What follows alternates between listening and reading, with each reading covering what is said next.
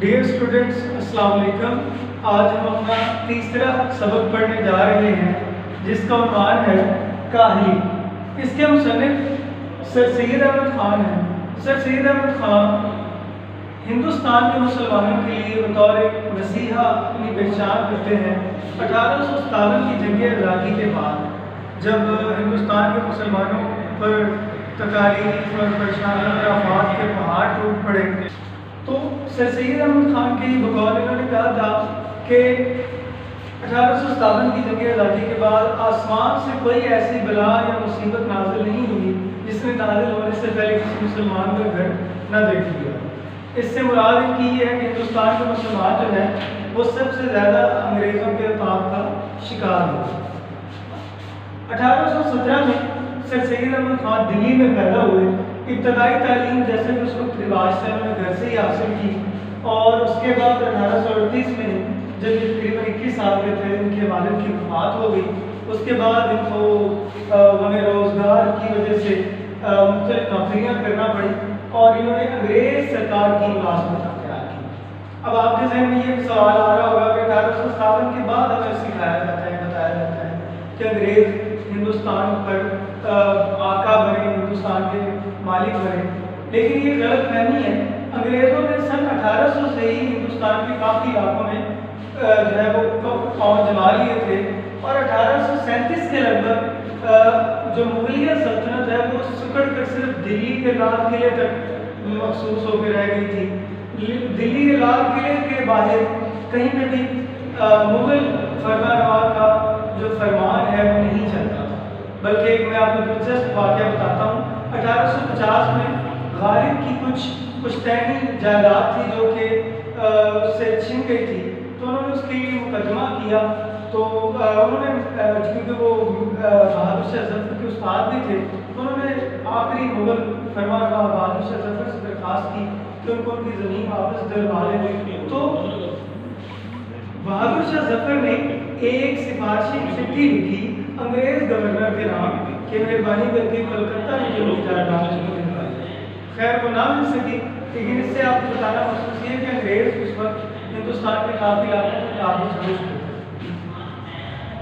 اس کے بعد سر سید نے انگریز ملازمت اختیار کی اور بعد میں یہ نائب منشی، کیونکہ انہوں نے جو ہے وہ قانون کا شعبہ اختیار کیا اور اس میں یہ نائب منشی کے طور پر بھرتی ہو گئے۔ رابرٹ ہیملٹن یہ ایک تھے افیسر تھے، انہوں نے کو نائب منشی کے عہدے پر تعینات کیا اور اپنی قابلیت اور صلاحیت کی بنا پر 1848 میں سر سید احمد خان جو ہے وہ امین پوری ایک ہندوستان کا شہر ہے، وہاں پر بطور جج کے کو تعینات کر دیا گیا، ترقی کرتے ہوئے جج بن گئے۔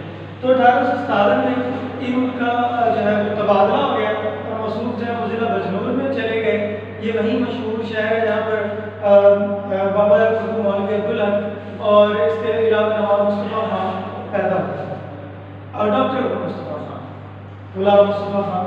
اس کے بعد انہوں نے 1857 کی جنگ آزادی کے دور میں بہت سے جو یورپی افیسر تھے جو کہ ضلع بجنور میں رہتے تھے ان کی انہوں نے جان بچائی، جس کی بنا پر انگریز سرکار ان کے کام سے کافی متاثر ہوئی اور ان کو ترقی دی۔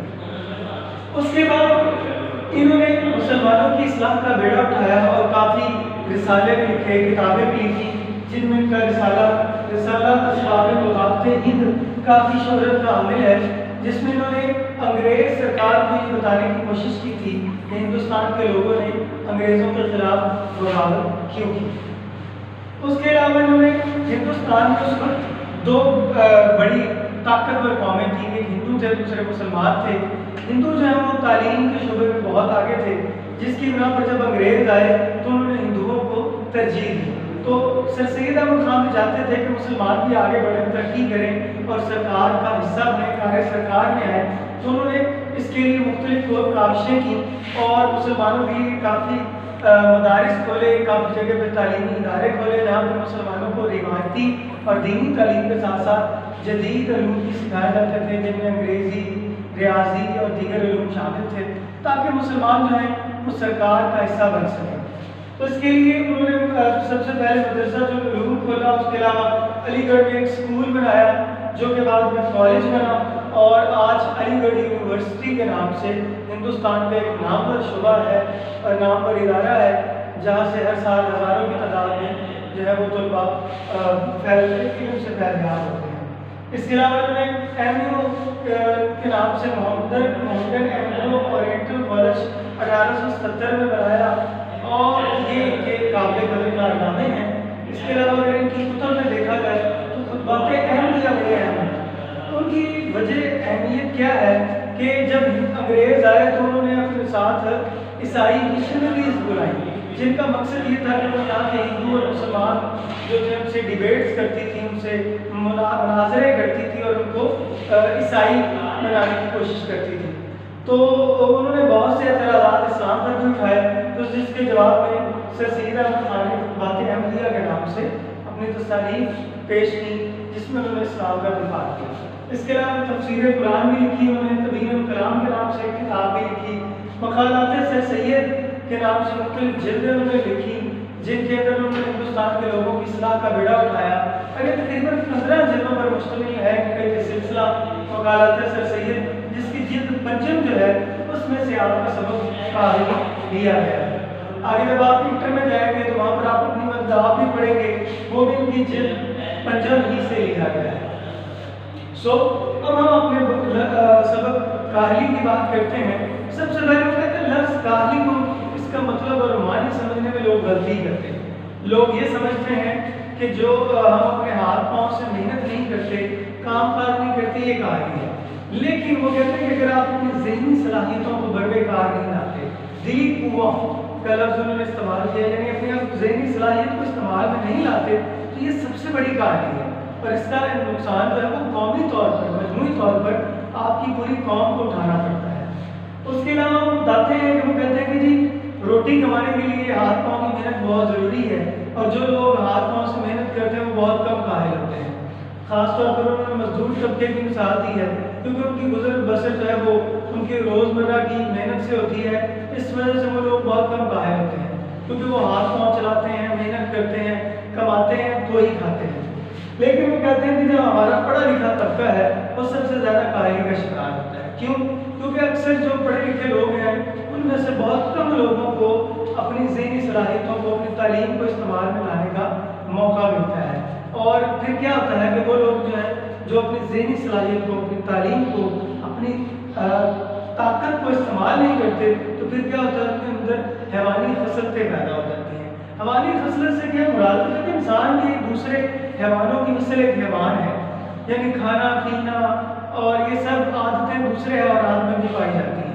لیکن وہ کہتے ہیں کہ اگر انسان اپنی ذہنی صلاحیت کو استعمال میں نہ لائے اور ایک عام زندگی گزارے جس میں بس کھانا پینا اور یہ کھیل تماشوں میں مصروف ہو جانا یہ سب اس کی زندگی کا حصہ بن جائے گا، تو پھر کیا ہوگا کہ وہ بھی دوسرے حیوانوں کی طرح ایک حیوان ہی نہیں ہوگا، اس میں اور دوسرے حیوانوں میں کوئی خاص فرق نہیں ہے۔ حیوانوں میں ہم میں جو خاص فرق ہے وہ ہے سوچ کا، کہ حیوانات سوچتے نہیں، ہم سوچتے ہیں، تو اسی لیے ہمیں بار بار سوچنے پر ابھار رہے ہیں۔